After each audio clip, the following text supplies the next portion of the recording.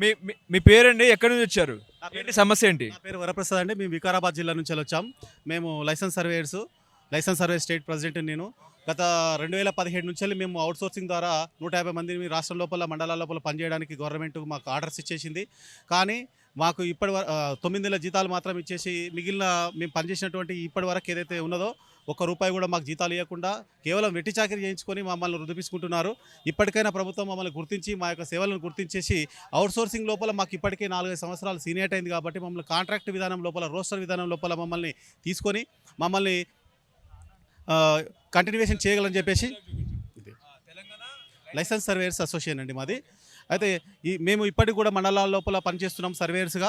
ఇప్పుడు ప్రభుత్వం ఏదైతే రీసర్వే చేయాలని ఏదైతే అనుకుంటారో ఆ రీసర్వే అనేది లైసెన్స్ సర్వేయర్ ద్వారా చేయించి మమ్మల్ని అవుట్‌సోర్సింగ్ నుంచి వెళ్ళి కాంట్రాక్ట్ విధానం లోపలికి తీసుకొచ్చేసి మమ్మల్ని ఒక రెగ్యులరైజ్ చేయిస్తారని చెప్పి ఆశతోటి ముఖ్యమంత్రి గారికి లెటర్ ప్యాడ్ ద్వారా మేము వివరించడం జరిగింది.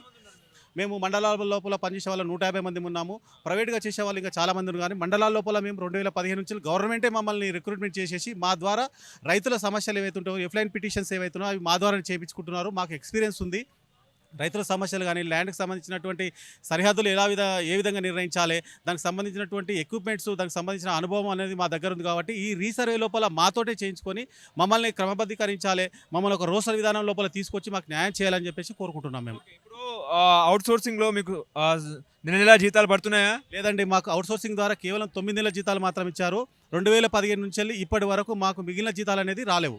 రాకపోయినా పర్వాలేదు, మేము ఇప్పటి వరకు కూడా ఏదో ఒక రోజు మమ్మల్ని గుర్తిస్తారు, మా సేవలు గుర్తించి మాకు మిగిలిన జీతాలు ఇప్పించుకుంటూ మమ్మల్ని క్రమబద్ధీకరిస్తారని చెప్పి మేము పనిచేస్తున్నాం.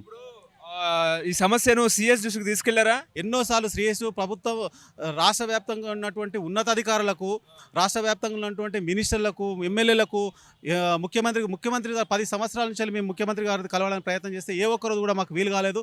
ఇదే ప్రగతి భవన్లోకి అడుగుపెట్టాలంటే ఎన్నోసార్లు పోలీసులతో దెబ్బలు తిన్న సందర్భాలు ఉన్నాయి.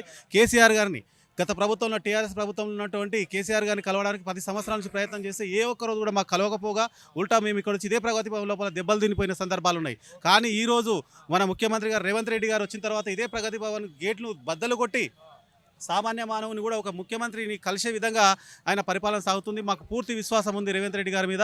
అదేవిధంగా లైసెన్స్ సర్వేయర్ యొక్క సమస్యలను కూడా ఆయన పరిష్కరించి మాకు న్యాయం చేస్తారని చెప్పేసి మేము అనుకుంటున్నాం.